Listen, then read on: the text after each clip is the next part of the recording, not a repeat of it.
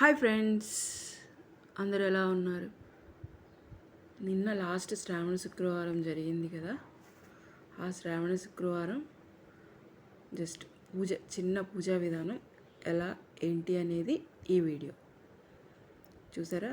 రోజు ఎప్పటిలాగే మార్నింగ్ ఉదయమే లేచి నీట్గా ఊడ్చి తుడిచి బయటంతా చక్కగా తులసమ్మకి మంచిగా పసుపు కుంకుమ పెట్టి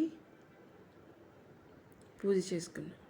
చూడండి, చక్కగా వాకిట్లో అంతా ముగ్గులు వేసి సింపుల్గా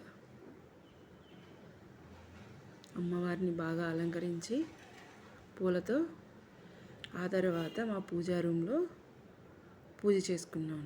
చూసారా, లోపల ధూపదీప నైవేద్యాలతో అమ్మవారికి ప్రసాదాన్ని పెట్టేసి పూజ చేసుకున్నాం. సింపుల్గా మనకి ఎలా నచ్చితే అలా,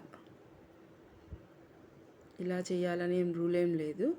మనకి ఎలా నచ్చితే అలా చక్కగా సింపుల్గా అందరికీ పసుపు కుంకుమతో బొట్టు పెట్టి పూలు పెట్టి చక్కగా మనస్ఫూర్తిగా మనకి నచ్చినట్టు డెకరేట్ చేసుకొని చక్కగా దీపాలు వెలిగించుకొని ప్రసాదం పెట్టి అమ్మవారికి పూజ చేసుకోవడమే.